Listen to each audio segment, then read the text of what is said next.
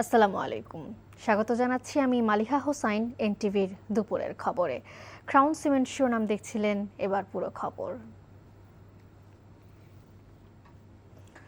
প্রস্তাবিত বাজেটকে জীবন বান্ধব হিসেবে উল্লেখ করেছেন প্রধানমন্ত্রী তারেক রহমান। ত্রয়োদশ জাতীয় সংসদের বাজেট অধিবেশনের আলোচনায় প্রধানমন্ত্রী বলেন, বাজেট পেশের পর এবারই প্রথম নিত্যপণ্যের দাম বাড়েনি। নানা সংকট মাথায় রেখেই এবারের বাজেট প্রণয়ন করতে হয়েছে জানিয়ে প্রধানমন্ত্রী বলেন, সংকটকে অজুহাত হিসেবে নয়, কার্যকর নীতির মাধ্যমে সফলভাবে মোকাবেলা করতে চায় সরকার। যে কোনো মূল্যে তিস্তা মহাপরিকল্পনা বাস্তবায়ন করার কথা জানান প্রধানমন্ত্রী। আরও জানাচ্ছেন খান আল আমিন। আগামী অর্থ বছরের প্রস্তাবিত বাজেট আলোচনায় প্রধানমন্ত্রী তারেক রহমান তার বক্তব্যে সরকারের খাতওয়ারি পরিকল্পনার বিস্তারিত তুলে ধরেন। বাজেটের মাধ্যমে মানুষের সামনে আশার আলো তুলে ধরতে পেরেছে তার সরকার। বলেছেন, এটি জনবান্ধব বাজেট, যাতে মানুষ কিছুটা স্বস্তির নিঃশ্বাস ফেলতে পারছে। এই বাজেটকে আমি একটি নামকরণ দিতে চাই, সেটি হচ্ছে জীবন বান্ধব বাজেট। আমরা চেষ্টা করেছি আমাদের সর্বোচ্চ দিয়ে, আমাদের সর্বোচ্চ বুদ্ধি, বিবেক, জ্ঞান দিয়ে আমরা চেষ্টা করেছি এমন একটি বাজেট উপস্থাপন করতে, যেই বাজেটটি শ্রেণী পেশা সমাজের সকল মানুষ কিছুটা হলেও স্বস্তির শ্বাস ফেলতে পারে। ভঙ্গুর অর্থনীতি, উৎপাদন ও বিনিয়োগের স্থবিরতা, ঋণের বোঝা, এমন নানা সংকট মাথায় রেখেই বাজেট প্রণয়ন করতে হয়েছে বলে জানালেন প্রধানমন্ত্রী। কোনো অজুহাত ছাড়াই এই পরিস্থিতি মোকাবেলা করতে চান। আমরা সংকটকে অস্বীকার করতে চাই না। সংকটকে অস্বীকার করে আমরা থাকতেও পারবো না, এটি বোকামি হবে। তবে একই সাথে মাননীয় স্পিকার, সংকটকে আমরা অজুহাতও বানাতে চাই না, এবং সেজন্যই মাননীয় বিরোধী দলের নেতার সাথে আমি সম্পূর্ণভাবে একমত।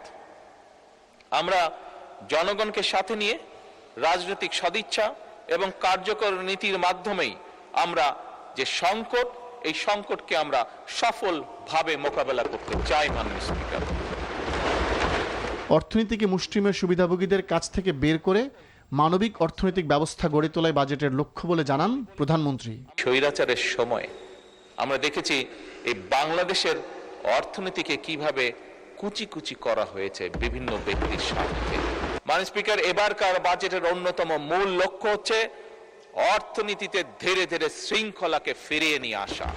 কৃষি নির্ভর অর্থনীতিকে চাঙ্গা রাখার বিকল্প নেই জানিয়ে তারেক রহমান বলেন, যে কোনো মূল্যে তিস্তা মহাপরিকল্পনা বাস্তবায়ন করবে তার সরকার। নদীর যে নাব্যতা, এটি ফিরিয়ে এনে, এগুলোকে খনন করার মাধ্যমে এগুলোকে ফিরিয়ে এনে দেশে বন্যা খরা থেকে মুক্ত রেখে, একই সাথে মাননীয় স্পিকার, সারা বছর যাতে আমাদের কৃষক ভাইরা সেচ সুবিধা নিশ্চিত রাখতে পারে, তার জন্য বর্তমান সরকার পুনরায় যেখানে সম্ভব নদীগুলো, যে সকল নদী পসিবল, সেই নদীগুলো এবং খালগুলোকে খনন এবং পুনর্খননের কাজ এরই ভিতরে শুরু করেছে। তিস্তা, মাননীয় স্পিকার, জাতীয় অগ্রাধিকার ভিত্তিতে ইনশাআল্লাহ এই সরকার যে কোনো মূল্যে তিস্তা ব্যারেজ মহাপরিকল্পনা বাস্তবায়ন করবে। জিডিপির প্রবৃদ্ধির হার বাড়লেই প্রকৃত উন্নয়ন হয় না জানিয়ে প্রধানমন্ত্রী তারেক রহমান বলেন, যখন সাধারণ মানুষের ঘরে স্বস্তি আসে তখনই উন্নয়ন হয়। খান আল আমিন, এনটিভি নিউজ, ঢাকা। বাজেট বাস্তবায়নের সবচেয়ে বড় চ্যালেঞ্জ দুর্নীতি ও লুটপাট মন্তব্য করে সংসদের বিরোধী দলীয় নেতা ও জামায়াতে ইসলামীর আমির ডক্টর শফিকুর রহমান এই ধারা রোধে অর্থবছর পরিবর্তন করে জানুয়ারি-ডিসেম্বর করার দাবি জানিয়েছেন। জাতীয় সংসদে বাজেট অধিবেশনের আলোচনায় তিনি আরও বলেন, অর্থমন্ত্রী যৌক্তিক বিরোধী মত গ্রহণ করলে জনগণের মনে সংসদের প্রতি আস্থা জন্মাবে। শাহাদাত অভ্রের রিপোর্ট। বাজেট আলোচনার শেষ দিনে দেওয়া বক্তব্যে বিরোধী দলের নেতা ডক্টর শফিকুর রহমান নতুন একটি প্রস্তাব তুলে ধরেন। বলেন, বাজেট বাস্তবায়নে সবচেয়ে বড় চ্যালেঞ্জ দুর্নীতি। এ ধারা রোধে অর্থ বছর পরিবর্তন করে জানুয়ারি থেকে ডিসেম্বর করার দাবি জানান তিনি। এটা জুলাই টু জুন হওয়ার কারণে এবং শেষের দিকটা বন্যা দুর্যোগ থাকার কারণে তাড়াহুড়া করে অর্থ ছাড়া হয়, পরে এখানে অপচয় এবং লুটপাটের দুয়ার উন্মুক্ত হয়ে যায়। ফিসকাল ইয়ারটা আমাদের ক্যালেন্ডার ইয়ারের সাথে মিলিয়ে দেওয়া হোক, অর্থাৎ জানুয়ারি থেকে ডিসেম্বর এই সময়টা হোক ফিসকাল ইয়ার। 3 মাস পর পর বাজেট বাস্তবায়নের অগ্রগতি সংসদে আলোচনা করার প্রস্তাবও জানান তিনি। বলেন, বিরোধিতার খাতিরে নয়, যৌক্তিক কারণেই কিছু কিছু বিষয়ে সমালোচনা প্রয়োজন। আমরা একটা বিউটিফুল ওয়ান্ডারফুল কম্বিনেশনে চলি। এর অর্থ এটি নয় যে সরকারি দলের যেটা অভিপ্রায় বুঝে না বুঝে সেটাই হবে বিরোধী দলের অভিপ্রায়। আবার এর অর্থ এটিও নয় যে সরকারি দল সঙ্গত কোনো বিষয় নিয়ে সামনে আগালে বিরোধী দল বিরোধিতার খাতিরে শুধু বিরোধিতাই করে যাবে। এই দুইটার কোনোটাই না।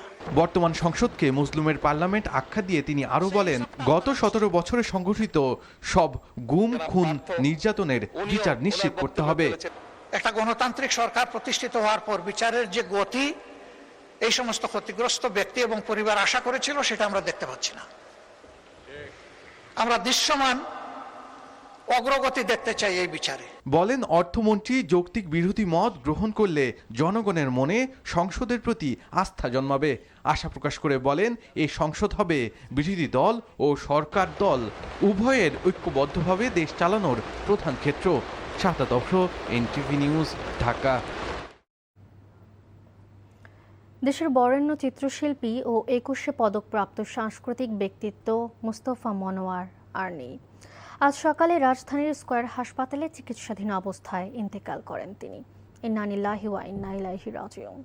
দীর্ঘ কর্মজীবনে চিত্রকলা, শিশুতোষ অনুষ্ঠান নির্মাণ, টেলিভিশন ও সাংস্কৃতিক অঙ্গনে অসামান্য অবদান রেখেছেন প্রয়াত মুস্তফা মনোয়ার। তার কর্মজীবনের কিছু কথা তুলে ধরছেন জাহিদ রহমান। অনলাইনে পড়াশোনা হচ্ছে। বাবা, তোমরা তো দেখি অনেক কিছু জানো। প্রখ্যাত কবি গোলাম মোস্তফার সন্তান কিংবদন্তি মুস্তফা মনোয়ার। প্রত্যেকবারই ঝিনাইদহ হলেও 1935 সালের 1 সেপ্টেম্বর মাগুরার নাকল গ্রামে জন্ম এই গুণী শিল্পীর। দীর্ঘ কর্মজীবনে চিত্রকলা, শিশুতোষ অনুষ্ঠান নির্মাণ, টেলিভিশন ও সাংস্কৃতিক অঙ্গনে অসামান্য অবদান রেখে তিনি দেশের অন্যতম শ্রদ্ধেয় সাংস্কৃতিক ব্যক্তিত্বে পরিণত হন। আমরা যতদিন আছি তোরা কেউ কিছু করতে পারবি না। শিক্ষকতার মাধ্যমে কর্মজীবন শুরু হলেও পরবর্তীতে তিনি বাংলাদেশ টেলিভিশনের উপমহাপরিচালক, বাংলাদেশ শিল্পকলা একাডেমির মহাপরিচালক, জাতীয় গণমাধ্যম ইনস্টিটিউটের মহাপরিচালক এবং বাংলাদেশ চলচ্চিত্র উন্নয়ন কর্পোরেশন এফডিসির ব্যবস্থাপনা পরিচালকের দায়িত্ব পালন করেন এই গুণী শিল্পী। এনটিভি অনেক মেধার অনুষ্ঠান করতে পেরেছে, যেটার স্থায়িত্ব অনেক বেশি। আগাছা রাক্ষস, একজন সাহসী কৃষক, মনের কথা সহ তার বিখ্যাত পাপেট শোগুলো দর্শকদের গভীরভাবে অনুপ্রাণিত করে। আমার তো অনেক বন্ধু, ওই যে আমার প্রিয় বাউল ভাইয়ার গান শুনতে যেমন খুব ভালো লাগে, আর শান ভাইয়া খালি হম্বা হম্বা করে। শিল্প ও সংস্কৃতিতে বিশেষ অবদানের স্বীকৃতিস্বরূপ 2004 সালে 21 পদকে ভূষিত হন দেশের বরেণ্য চিত্রশিল্পী, সাংস্কৃতিক ব্যক্তিত্ব মুস্তফা মনোয়ার। না না, এটা মোটেই ভালো কাজ না বাউল ভাই। চুনকালি নয়, রং তুলি দিয়ে গানের দেশ, প্রাণের দেশের ছবি আঁকো। ডাব পাতা, কাঁঠাল পাতা, পেঁপে পাতা, কুমড়ো পাতা, পটল পাতা, ঝাউ পাতা, তুলসী পাতা, পাতাবাহার পাতা, তারপর খাতার পাতা, বইয়ের পাতা, সব এইগুলো গাছের পাতা না, ভুল হইল। বাংলাদেশে পাপেট শো শিল্পকে জনপ্রিয় করে তোলা এবং টেলিভিশন অনুষ্ঠান নির্মাণে নতুন ধারা প্রবর্তনের জন্য মোস্তফা মনোয়ার বিশেষভাবে স্মরণীয় হয়ে থাকবেন। Zahid Rahman, NTV news, Dhaka. এই মুহূর্তে রাজধানীর স্কয়ার হাসপাতালে আছেন সহকর্মী নাজিবুর রহমান। সেখান থেকে সরাসরি যুক্ত হচ্ছেন তিনি। নাজিব, মুস্তফা মনোয়ারের জানাজা ও দাফন সম্পর্কে কি তথ্য আছে আপনার কাছে, জানাবেন।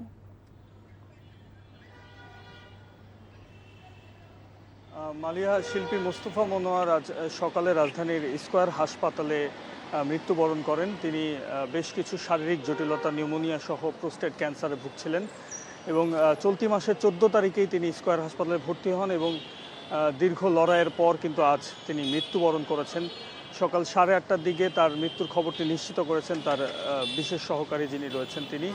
এবং তার এখন থেকে প্রায় আধা ঘন্টা আগেই কিন্তু মোস্তফা মনোয়ারের যে মরদেহটি রয়েছে সেটি ধানমন্ডির তাকুয়া মসজিদে নিয়ে যাওয়া হয়েছে। সেখানে তার নামাজে জানাজার পরে তার বাসভবন ধানমন্ডি 1 নম্বরে যে বাসভবনটি রয়েছে সেখানে নিয়ে যাওয়া হবে এবং সেখানে স্বজনরা আছেন। সেই প্রক্রিয়া শেষ করে সম্ভবত আজকেই তাকে দাফন করা হবে, সেটি বনানীতে হতে পারে এমনটি আমরা এখনো পর্যন্ত জানতে পেরেছি। তবে তার পরিবারের সদস্যরা এখনো চূড়ান্ত কোনো সিদ্ধান্ত আমাদেরকে জানাননি যে আসলে কখন নাগাদ তার দাফনটি অনুষ্ঠিত হবে বা কোথায় অনুষ্ঠিত হবে। জানছিলাম মোস্তফা মনোয়ারের মৃত্যু পরবর্তী আনুষ্ঠানিকতার খবর। নাটোরে চিকিৎসাধীন এক রোগীর অক্সিজেনের মাস্ক খুলে ফেলায় রোগীর মৃত্যুর অভিযোগ উঠেছে। এ ঘটনায় হাসপাতাল ভাঙচুর করে নিহতের স্বজনরা। আটক করা হয়েছে হাসপাতালের মালিককে। পুলিশ জানায় শহরের হরিশপুর এলাকার বাসিন্দা ও পুবালী ব্যাংক নাটোর শাখার কর্মচারী রুনা বেগম গতকাল দুপুরে স্ট্রোক করেন। প্রথমে তাকে সদর জেনারেল হাসপাতালে নেওয়া হয়। রাতে উন্নত চিকিৎসার জন্য রুনাকে বেসরকারি আলসান হাসপাতালে ভর্তি করা হয়। সেখানে রোগীকে অক্সিজেন দেওয়া হয়। রাত 11টার দিকে হাসপাতালের মালিক বাবুল হঠাৎ করেই রোগীর অক্সিজেন খুলে দিলে তার মৃত্যু হয় বলে অভিযোগ স্বজনদের। এ ঘটনায় হাসপাতাল ভাঙচুর করে নিহতের স্বজনরা। মার্কেন্টাইল ব্যাংক অর্থনীতির খবর। প্রস্তাবিত বাজেটে ব্যাংক হিসাব খুলতে কর শনাক্তকরণ নম্বর TIN বাধ্যতামূলক করার যে প্রস্তাব করা হয়েছিল তা থেকে সরে আসতে যাচ্ছে সরকার। আর্থিক খাতে সংকটের আশঙ্কায় চূড়ান্ত বাজেটে এই সিদ্ধান্ত পুনর্বিবেচনার ইঙ্গিত দিয়েছে অর্থ মন্ত্রণালয়। কেন্দ্রীয় ব্যাংকও বলছে দেশের আর্থসামাজিক বাস্তবতায় এখনই এমন শর্ত প্রয়োজন নেই। শাহাদাত অভ্রের আরেকটি রিপোর্ট।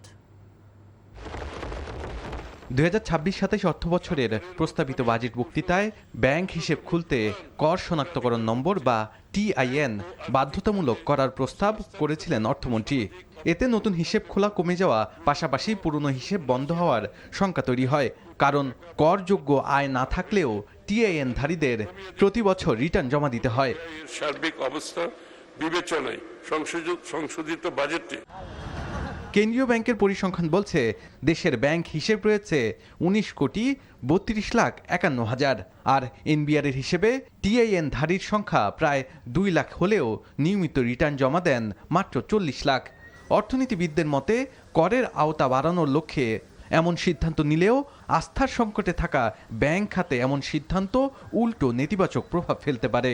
এই টিন বাধ্যতামূলক হলে তখন দেখা যাবে যে অন্যান্য ইনফর্মাল চ্যানেল, বিশেষ করে যে হুন্ডি, সেটা কিন্তু আমার মাথা চাড়া দিয়ে উঠবে এবং তখন কিন্তু এটা ঠেকানো যাবে না। এবং ব্যাংক থেকে মানুষ যাতে মুখ ফিরিয়ে না নেয়, সেটার জন্য এই টিনের বিষয়টা যে বাধ্যতামূলক করা, সেটা একটু রিল্যাক্স করা দরকার আছে। বিশ্লেষকরা বলছেন দেশে এখনও TIN বাধ্যতামূলক করার মতো বাস্তবতা তৈরি হয়নি, তাই সিদ্ধান্তটি প্রত্যাহার করাই হবে সময় উপযোগী। প্রস্তাবনাটা মানুষের মধ্যে এক ধরনের মিশ্র প্রতিক্রিয়া তৈরি করেছে। আমার কাছে মনে হয় যে সরকার এখানে কিছুটা হলেও ধীরে চলনীতিতে আসলে আগাতে পারে। এদিকে NBR সূত্রে জানা গেছে নেতিবাচক প্রভাবের শঙ্কায় চূড়ান্ত জাতীয় বাজেটে TIN বাধ্যতামূলক করার সিদ্ধান্ত থেকে সরে আসার সিদ্ধান্ত নিয়েছে অর্থ মন্ত্রণালয়। আর বাংলাদেশ ব্যাংক বলছে দেশের আর্থসামাজিক বাস্তবতায় এখনই এমন শর্ত প্রয়োজন নেই। এমন কোনো সিদ্ধান্ত কোনো তরফ থেকে গ্রহণ করা ঠিক হবে না যেটা এই ব্যাংকে অ্যাকাউন্ট খোলাকে মানুষ নিরুৎসাহিত হয়। প্রস্তাবিত বাজেটে সামাজিক অন্যদিকে বাজেটে কাজু বাদাম আমদানির শুল্ক কাঠামোতেও পরিবর্তন আসতে পারে।